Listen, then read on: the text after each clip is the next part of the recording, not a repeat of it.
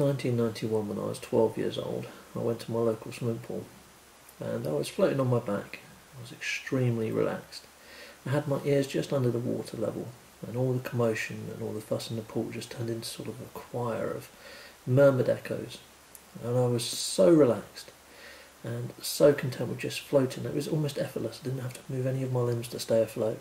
It was the most relaxed I've ever been in my life. And while I was relaxed, I felt a strange sensation starting at the base of my spine. It was like two snakes going in and out between each other, going up my vertebrae to the back of my head. And once they reached the back of my head, I had a rushing sensation straight through my head and straight out through the centre of my forehead. And it was like I exited my body and I filled the swimming pool. I was above my body looking down at the pool and all the commotion. And again I still had that sense of a blurred echo of a choir of noise. And I felt expansive. There was a rush of light, lots of colours, fractals, but at the same time in the centre of my vision I could still see the pool. It was a very strange and surreal experience. It was like I was back to what I truly was, separated from my mind and body. No worries, no cares, no nothing. And then as soon as I started to grasp exactly what was happening, and I could see myself floating in the pool, I got a body cramp that pulled me straight back into my body. I woke with a jolt inside my body and sunk like a ton of bricks. I had a full body cramp. I couldn't do anything. I was panicking, I was taking in water, but at the same time I had a voice that was telling me that everything was going to be okay and I could just go with it and let myself go. And as I did this, there was a flash of all my life events.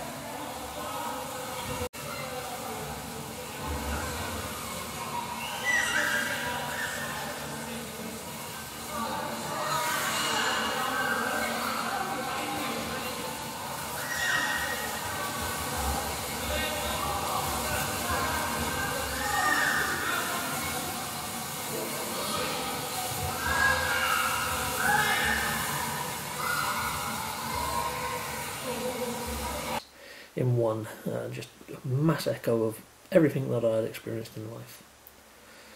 And then the next moment I know I blacked out, everything went dark, and I was on the side of the pool. I started coughing, choking, bringing up loads of water, and there was a pool attendant over me that told me that they had to do some chest compressions. I don't know whether I physically died or anything like that, and I didn't really think much of it all that summer. However, it must have been playing on my mind because I started having night terrors, unbelievable night terrors. There was times of sleep paralysis where I swore I could see shadow people in my actual room or holding me down against my will, which wasn't exactly a nice feeling whatsoever. Anyway, around 10 years later, in fact I was 22, so exactly 10 years later, I was held down by a shadowy force. A shadow person was in my room. I called him the dancer because he would appear in bursts and twirl around the room. And he came, put his hand on me, and I've seen this entity a few times, but it was the first time that he leant over and he had a pebble in his hand. It had a strange symbol on it, which I won't forget. It was almost like a triangle with the tops crossed over the top. And he force-fed it into my mouth, and I swallowed this pebble.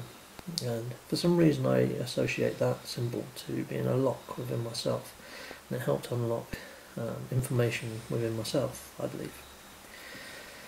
And from that I started drawing down symbols and trying to work out exactly what it was that I was supposed to learn from this symbol. I also started recording my dreams. I also went to see a doctor about my night terrors and sleep paralysis, and he also suggested that I kept a dream journal. And yeah, I kept a dream journal, started drawing pictures, which led to me becoming a tattooist and really coming into my own when it came to drawing and graphic design. So I found a creative outlet for my experiences. At the time, the internet wasn't large. In fact, it hardly really existed, and I couldn't really research the symbol or find out what it actually meant, or look into any of my experiences or find other people that may have had the same experiences as myself. Anyway, I came to about another 10 years would have passed. I got to about the age of 32, and at that point I had another visitation by a shadowy entity that stood in the doorway and had a large hat that ran from shoulder to shoulder, a big light trench coat, jet black again. This time it called my name, and as I was looking at this figure, it sort of just slid out from view. The second night, well, the night after that, again, shadowy people in the room. With the one with the hat, the reason why I find them quite memorable from all the visitations is it's the first time one actually spoke to me. Sometimes I hear whispering or clicking noises, or sort of static, or even like the sound of grasshoppers or toads. But that was the first time I had one of these shadow entities actually say my name, and I had a real deep sense of foreboding. I felt physically like I was above a precipice, looking down, and I was going to be let go at any point. And that's the first time I'd ever felt like that, truly afraid for my life. My heart was pounding.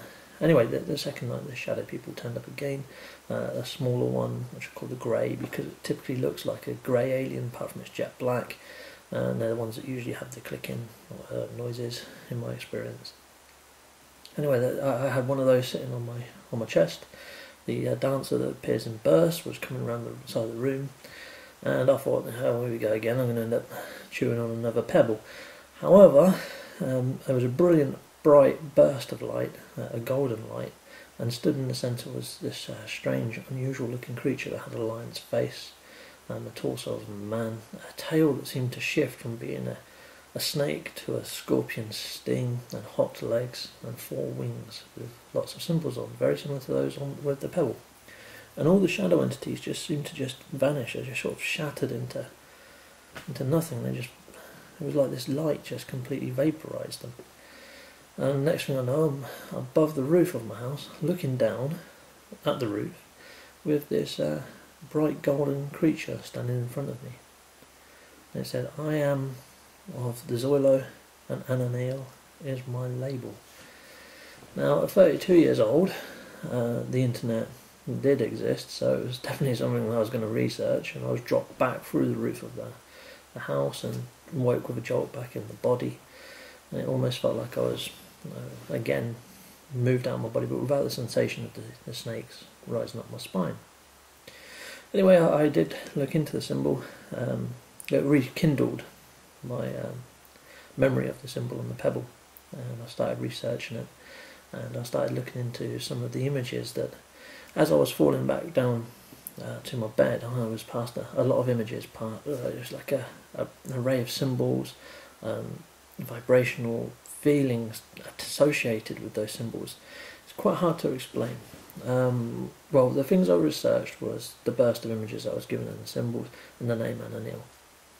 Firstly, with the images, it's like, say, if you saw a video of a horse running on a beach with no rider on, you're probably going to think of things like wild and free. Well, as I got bursts of these images, it's like, say, the caduceus symbol, for example, like the snakes entwined up a pole with the wings aloft. For me, the snakes going up is a key, whereas the wings aloft is the lock itself. But usually at the top of the stem of the pole, there's going to be like a fir cone, and I see that as the workings of the lock. So I would be researching into the caduceus being a key, a lock to whatever. And for myself, I believe the caduceus is the kundalini, part of meditation, and it can unlock your psyche to allow you to travel outside of your body. So essentially unlocking your soul from your body. And the fir cone at the top, I saw that as being wherever the soul would sit within inside the body. And then I started researching location of the soul, and I found the pineal gland. And funny enough, they say the pineal gland is like that of a fir cone, which is just uncannily strange. There's also the kundalini with the snakes entwined. That's exactly the experience I felt, as it felt like the snakes were rising up my spine. So I started to see consistencies with the symbology and the emotional and vibrational feelings I was given to research upon by this creature Ananael. Now I researched the word Ananael, and I came across a language that was, I don't know, channeled to somebody, like an occultist. Enochian, it means secret wisdom, which I thought was interesting. So I thought, well, if it's secret wisdom, maybe I should be putting all my feelings and all these symbols down into book, or paper form at least. So I frantically started writing. However, the writing didn't do it justice, so I thought, well, how can I put this across in a more visual format? So I started making a graphic type novel. I just started putting things together in different graphics packages like Poser, which is like a modelling tool, and Photoshop. I put it all together, and my book's out there.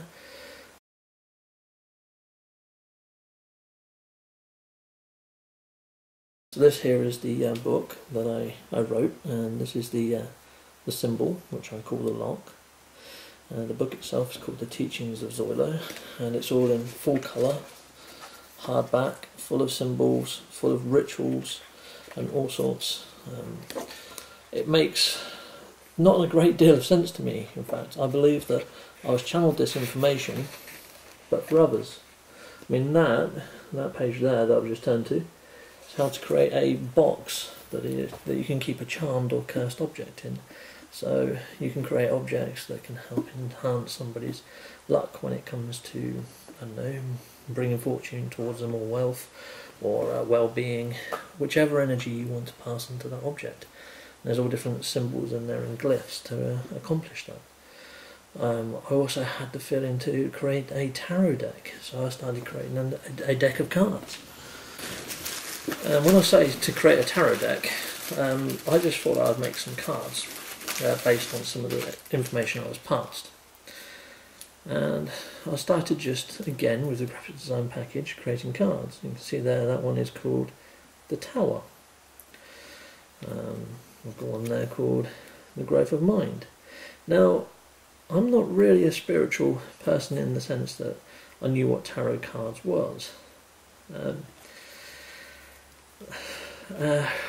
I started creating these cards, I put them all together, and I put them on a couple of websites. And people came to me and said, well, they're tarot cards. So I looked at the tarot, and I found that in the tarot, I mean, it's like, for example, that card that I just pulled out then, the Tower. That is a tower. That is a tarot card. I've never really dabbled with it before, so I looked into it a little bit more, and I found a lot of the cards that I created are known tarot cards. Like I've got the Hanged Man. However, there's cards in my card set that I've created that aren't, like the Puppeteer and the Gift. And a lot of my cards, it matters which way they're up.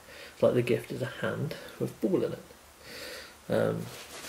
In fact, I used that card as the cover for the book. Now, if that card is portrayed up the other way, the hand is going to be dropping that item, so it's no longer a gift. So there's different meanings to whichever way the card appears, and it depends on the actual person that's having the reading done, how they present the cards. It's a very powerful deck, and I feel that whatever it says is going to happen seems to happen in 2 moon cycles. So say if your moon cycle, if you've done it on the full moon, 2 full moons time, whatever they've predicted will come to pass. It's more about getting the information out there, because I believe it's not really meant for me. I feel I got channeled this information mainly because I'm a graphical sort, I've got a creative mind, and I could put it into a context that people could understand, I guess. I mean, for me, I feel that since I drowned, I brought something back with me that perhaps I shouldn't have, something a little bit unworldly. It's all a little bit out there. Also researching the symbol, I found that it was a Freemasonic mark at Roslin Abbey up in Scotland. So I wanted to find out exactly which Freemason made that mark and for what reason did they choose it.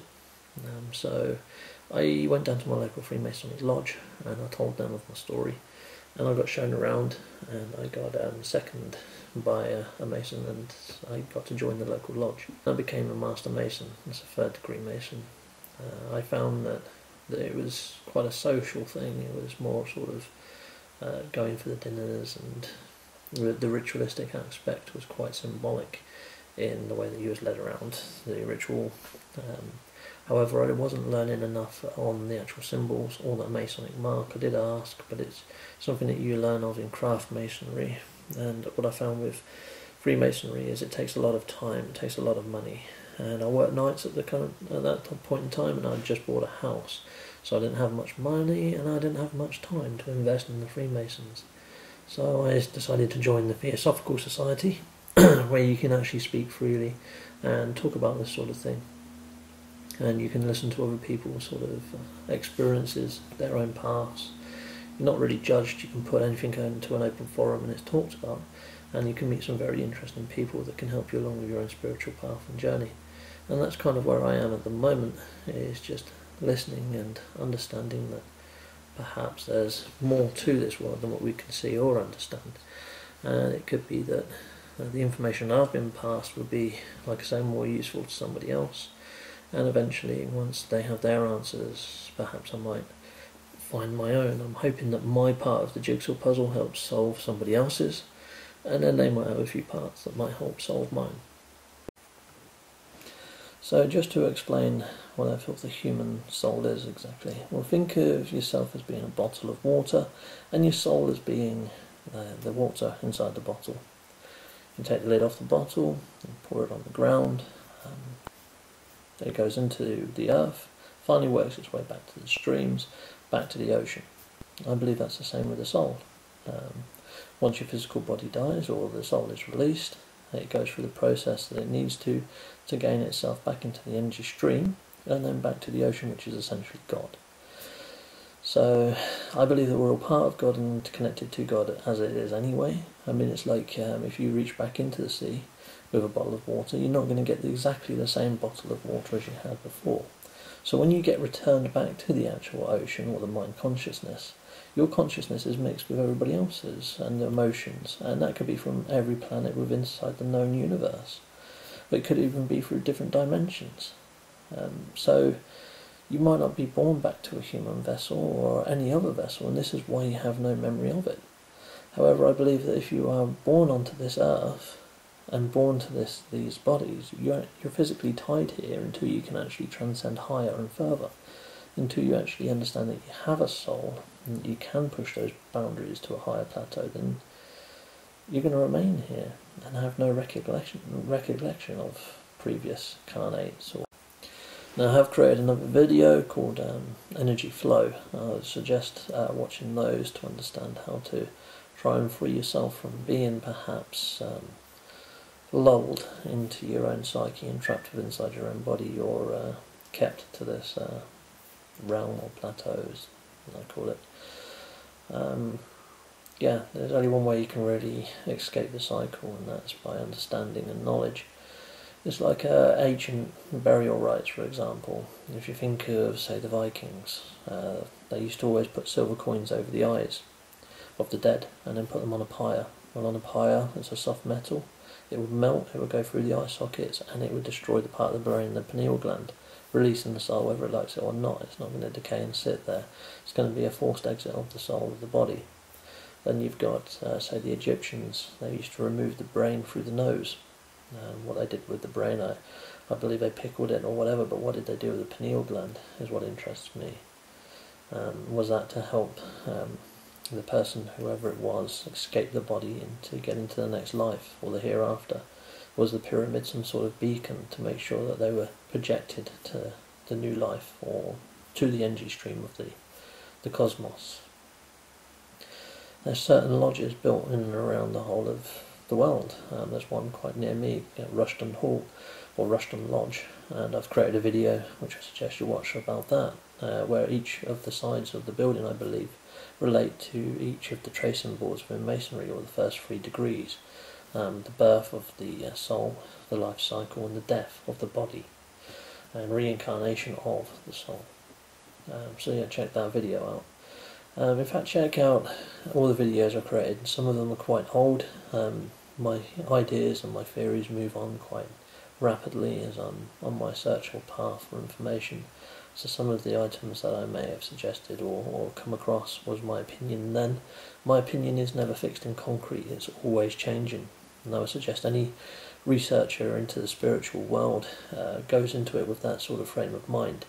Never push your own ideas as being complete 100% truth, because we're all just travellers of this life experience, and we will get things wrong from time to time, and I'm not going to put my hand up and say my truth is absolute. It's like the whole idea that we are all part of God. You know, there could be something that I come across that completely shatters that in a couple of years' time. Who knows what I'm going to be past when I'm 42, if anything. So if you find any truth in this, or if you want to help me along on my journey, or if you have something to share, then please subscribe.